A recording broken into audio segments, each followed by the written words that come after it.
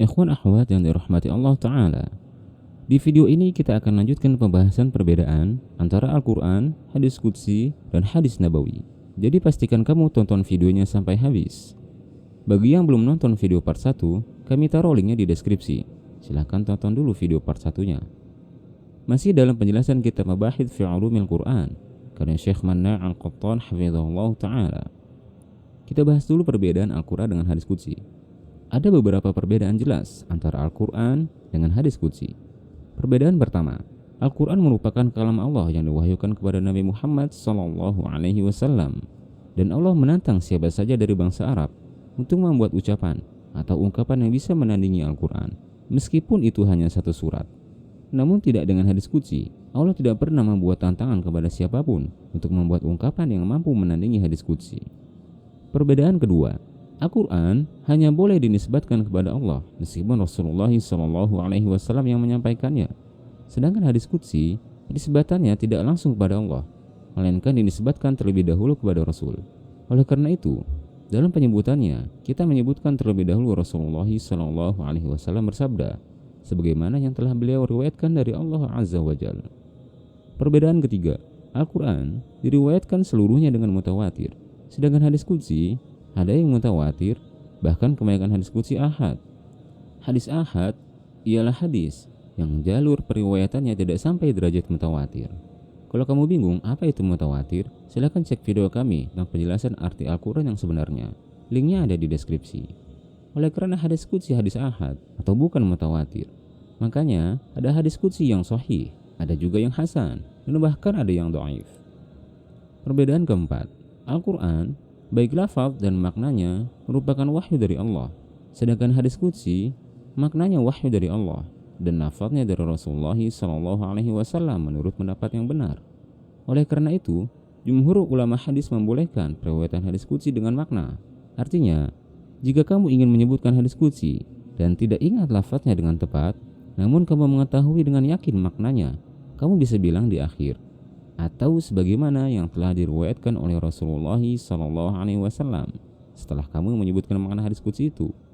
Atau kamu juga bisa bilang begini, sebagaimana yang telah Rasulullah SAW sabdakan dari Allah Ta'ala setelah kamu menyebutkan makna hadisnya.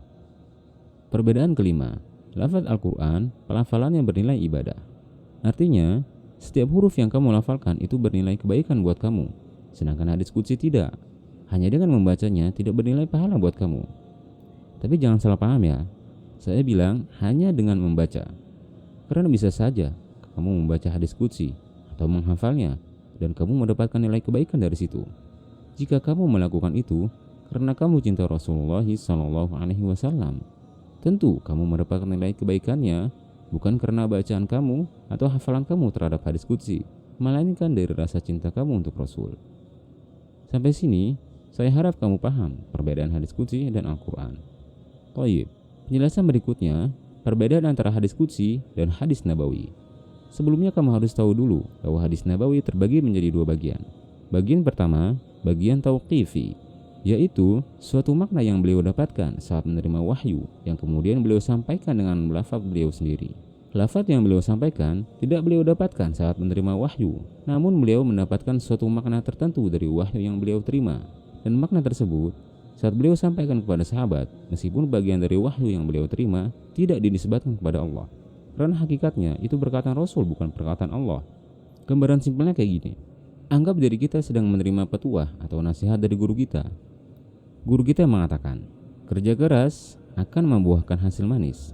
Dari kata-kata itu kita memahami kalau begitu konsisten dalam melakukan suatu pekerjaan bisa membantu kita menuju kesuksesan. Dan kemudian pemahaman itu kita sampaikan ke orang lain.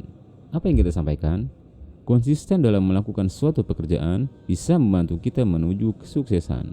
Bukan kerja keras akan membuahkan hasil manis yang kita sampaikan. Maka, siapa yang mengatakan konsisten dalam melakukan suatu pekerjaan bisa membantu kita menuju kesuksesan? Kita, bukan guru kita. Itulah pemahaman yang kita dapati dari perkataan guru kita.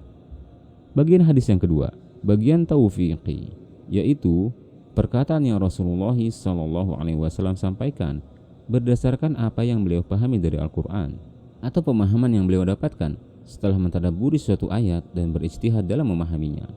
Dan fungsi perkataan beliau di sini sebagai penjelasan suatu ayat.